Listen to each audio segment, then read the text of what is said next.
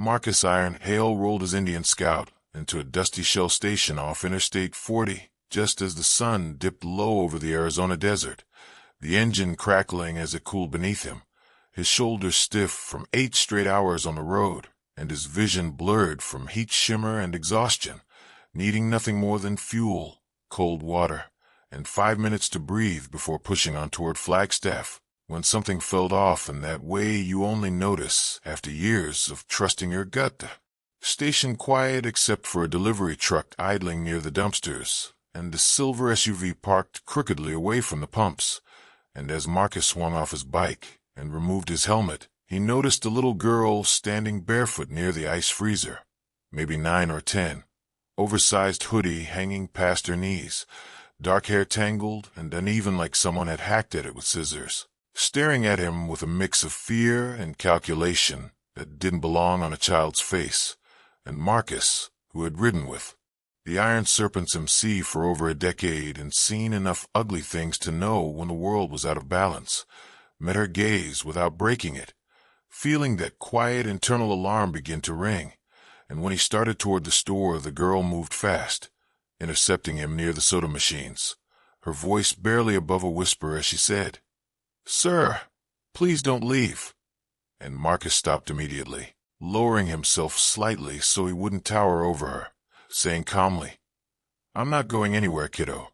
And she swallowed hard before blurting out, "That man put a boy in the back of the SUV, not the seat, the storage part, and he was crying, and the lady yelled at him to be quiet." And in that instant Marcus felt the heat drain from his body, like someone had opened a valve, his jaw tightening as he asked quietly, "When did this happen?" And she pointed with a trembling finger toward the silver SUV and said, "Just before you got here. They told him he was bad and needed to learn." And Marcus nodded slowly, thanking her, telling her she did the right thing, asking her name, Lena, and instructing her to stay right by the ice freezer and scream if anyone touched her, then turning away and pulling out his phone as he walked toward his bike, dialing his club's road captain, a man named Rook, who answered on the second ring, and Marcus said only, "Shell on I-40, mile 212, possible child abduction, silver SUV, I need you and Ghost now." To which Rook replied, "We're 15 minutes out. Don't do anything reckless." And Marcus ended the call knowing 15 minutes was an eternity for a scared child locked in a vehicle under desert heat, and as he approached the SUV casually, pretending to stretch his back, he glanced inside and saw chaos disguised as normalcy. Empty energy drink cans, a torn superhero backpack shoved under a seat, and claw marks on the interior plastic near the rear compartment latch. And when he pressed his ear near the rear panel, he heard it, unmistakable, a soft rhythmic knocking, followed by a muffled sob that made his stomach twist, and Marcus straightened, scanned the area, then deliberately rolled his bike directly behind the SUV and shut it off, blocking the only clear exit, before dismounting and pretending to fiddle with his saddlebag straps. And moments later the store doors opened and a man in his late 30s stepped out carrying beer and cigarettes, followed by a woman with hard eyes and a tense smile that vanished the moment she saw the motorcycle behind their vehicle, the man barking, "Hey, move that thing." And Marcus looked up slowly, playing confused, saying, "Sorry, man. Strap snapped. Give me a sec." And the man's irritation sharpened instantly, his voice lowering as he said, "Now," while the woman glanced around nervously and muttered, "Just help him so we can go."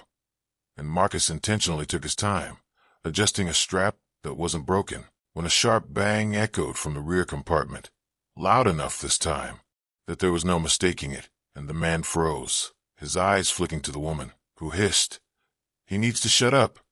And Marcus straightened fully then, his voice calm but edged with steel as he said, "You got a kid locked back there." And the man stepped forward aggressively, invading Marcus's space, growling, "You don't know what you're talking about." But Marcus didn't back up, didn't blink, just said, "Open it." And that's when the sound of engines rolled in like thunder, 3 bikes, pulling into the station fast and tight, Rook, Ghost, and a third rider named Atlas, their vests unmistakable, their presence immediate and overwhelming, and the man's bravado collapsed into panic as Rook dismounted and said flatly, "Problem here, I am." And Marcus nodded once, reply, "Yeah, there's a kid in that SUV." And before anyone could react, Ghost was already at the rear, hand hovering near the latch, when the woman screamed, "You can't do this."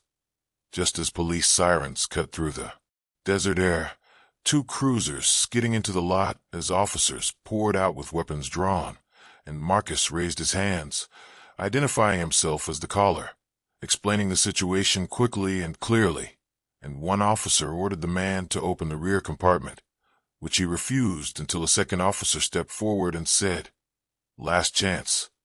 And when the latch finally popped open, the boy inside was barely conscious, his face flushed, shirt soaked with sweat, wrists red from struggling, and the collective reaction was immediate and visceral as EMS was called. The suspects were cuffed, and the boy was rushed into shade and water, while Lena stood frozen near the ice freezer until Marcus knelt beside her and said softly, "You saved him." And she shook her head in disbelief, whispering, "I was scared." To which Marcus replied, "So was he. And you still spoke up." And later, as the scene cleared and statements were taken, a detective named Rosa Alvarez informed them the boy, Noah, had been reported missing 2 states over by a grandmother no one had taken seriously, that the suspects had no prior records, that the system had once again nearly failed a child because danger didn't look dangerous enough on paper. And weeks later, Marcus received a message from Detective Alvarez telling him Noah was recovering with family and asking if Marcus and his club would attend the sentencing hearing, which they did, sitting silently behind Noah as the truth unraveled in court. And months after that, another call came in from a trucker who'd heard the story and trusted the right people with the wrong situation, and Marcus realized then that doing the right thing didn't end when the road did.